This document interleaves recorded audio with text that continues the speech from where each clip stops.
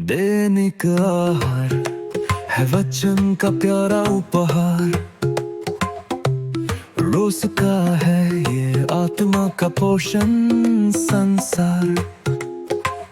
हर शब्द में छुपी है ईश्वर की पुकार। आओ सुनो समझो जीवन में लाओ प्यार।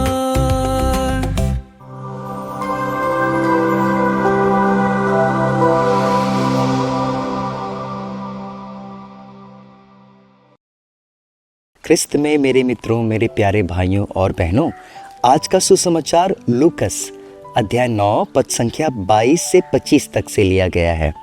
प्रभु एक छोटा सा संदेश हमें देना चाहते हैं।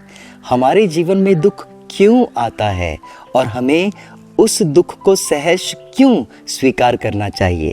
हम में से अधिकांश लोग अपने दुख को एक श्राप के रूप में देखते हैं, लेकिन प्रभु आज हमें बता रहे हैं कि दुख श्राप नहीं बल्कि आशीष है। आप ध्यान से सुने। प्रभु कहता है, जो मेरा अनुसरण करना चाहता है वो आत्मत्याग करें और अपना क्रूस उठाकर मेरे पीछे हो ले। अपना क्रूस उठाकर मेरे पीछे हो ले। इस वक्त मुझे संत फौस्तीना की एक छोटी सी बात याद आ रही है।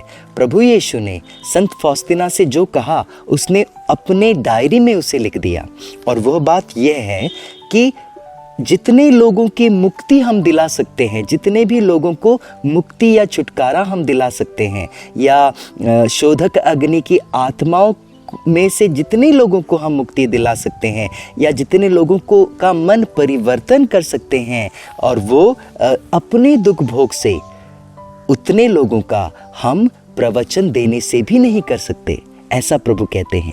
इसका अर्थ यह है कि हमारे जीवन में आने वाले दुख, परेशानी, चिंता या कुछ भी है, वो बहुमूल्य है। बहुमूल्य रत्नों की तरह हमारे जीवन में वो आते हैं। अब ध्यान से सुनिए। सबसे पहली बात जो मैं आपको बताना चाहता हूँ वो ये है कि दुख हमारे जीवन में करता क्या है। दुख हमें विनम्र होकर ईश्वर की आज्ञा पालन करना सिखाता है। ध्यान से सुने प्रभु का वचन क्या कहता है। स्तोत्र ग्रंथ 119 पद संख्या 71। प्रभु कहते हैं, अच्छा हुआ मुझे अपमानित किया गया। कौन कह रहा है? दाऊद कह रहा है। अच्छा हुआ मुझे अपमानित किया गया, और यही कारण है मैंने तेरी आज्ञाओं का पालन करना सीख लिया है। अपमानित होने के बाद ही मैं सीख गया हूँ कि ईश्वर की आज्ञाओं का पालन मैं कैसे कर सकता हूँ। बिल्कुल यही बात हम दूसरे पॉइंट में भी देख सकते हैं। ध्यान से सुने। प्रभु कहते हैं, पेतरुस का पहला पत्र अध्याय 5 पद संख्या 10। प्रभु कहते हैं कि दुख भोगने से ईश्वर हमें कैसा परिपूर्ण बना देता है, कैसे हमारी आत्माओं को मजबूत बनाता है, संपूर्ण बनाता है। ध्यान से सुने। ईश्वर आपको थोड़े समय तक दुख भोगने के बाद आपको परिपूर्ण बनाएगा, सुस्थिर बनाएगा, समर्थ बनाएगा, सुदृढ़ बनाएगा। बिल्कुल यही बात हम याकूब के ग्रंथ में भी पढ़ते हैं, अध्याय 1 पद संख्या 2 से 4। ध्यान से सुने। प्रभु कह रहे हैं, जब आप लोगों को अनेक प्रकार की विपत्तियों का सामना करना पड़े तो अपने को धन्य माने। धन्य क्यों माने? क्योंकि आपके विश्वास का इस प्रकार का परीक्षण धैर्य उत्पन्न करता है, और अपने इस धैर्य को पूर्णता तक पहुंचने दीजिए, जिससे आप पूर्ण बन जाएंगे और आप में किसी चीज की कमी नहीं होगी। आप में किसी चीज की कमी नहीं होगी। आप इस तरह परिपूर्ण बन जाएंगे। तीसरी बात जो प्रभु आज मुझे समझाने की कोशिश कर रहा है, और वो ये है कि जब दुख मेरे जीवन में आता है, परेशानी मेरे जीवन में आती है, और उसके साथ जो सांत्वना मिलती है, उसके द्वारा मैं दूसरों को भी मदद कर सकता हूँ, उनकी भलाई कर सकता हूँ, उन्हें सांत्वना दे सकता हूँ। यही बात प्रभु समझाते हुए कहते हैं कुरिन्थियों के दूसरे पत्र अध्याय 1 पद संख्या 6 में।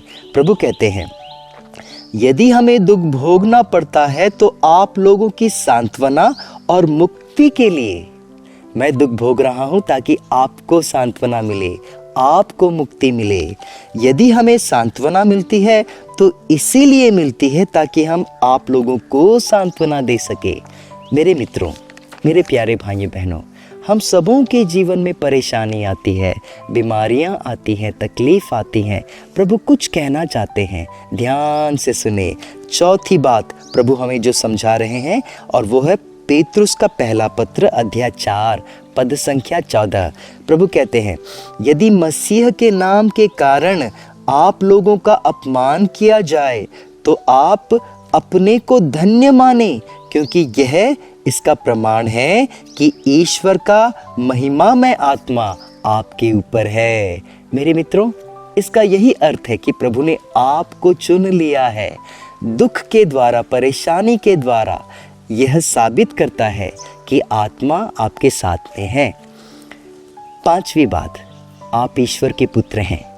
जब भी परेशानी आती है, जब भी दुख से आप चारों ओर, आपके जीवन में दुख ही दुख आप पाते हैं, इसका अर्थ यह है कि प्रभु ने आपको अपना बेटा, अपनी बेटी माना है।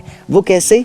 इब्रानियों के नाम अध्याय 12 पद संख्या 8 में प्रभु कहते हैं, आप जो कष्ट सहते हैं उसे पिता का दंड ही समझें, क्योंकि यह उसका प्रमाण है कि ईश्वर आपको पुत्र समझकर आपके साथ ऐसा व्यवहार कर रहा है।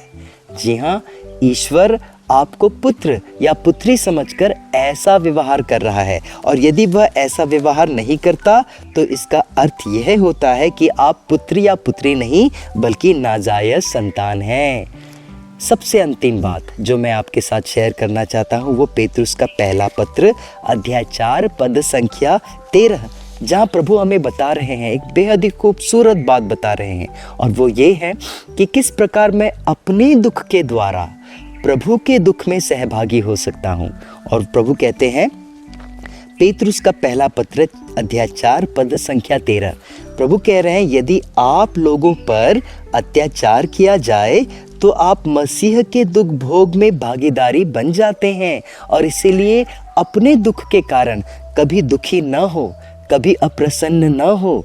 आप हमेशा प्रसन्न रहे कि आपको इस योग्य माना गया कि आप प्रभु यीशु के दुख में भागीदार बने। मेरे मित्रों, इसीलिए हम कहते हैं कि जब भी मेरे जीवन में दुख आए, परेशानी आए, बीमारी आए, तंगी आए, कुछ भी हो जाए, लेकिन मैं इन सबों को ऐसे अपने जीवन में अपनाऊं मानो ये मेरे जीवन में लाभदायक है, मानो ये मेरे जीवन में आशीष ला रहे हैं, न कि श्राप ला रहे हैं। सबों को जय श्री।